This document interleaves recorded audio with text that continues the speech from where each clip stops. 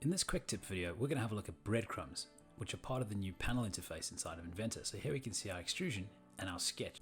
Introduced in Inventor 2020.2, we have the return to extrude button, which acts just like the breadcrumbs.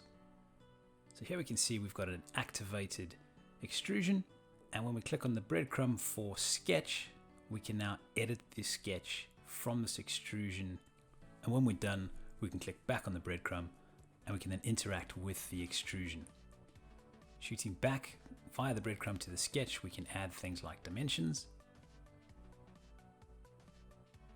And when we're happy with the dimensions, we can go back into the extrusion, again via the breadcrumb, and we can then adapt this final feature. In this instance, we're going to add a little solid boss. From here, we're able to go back into that extrusion again.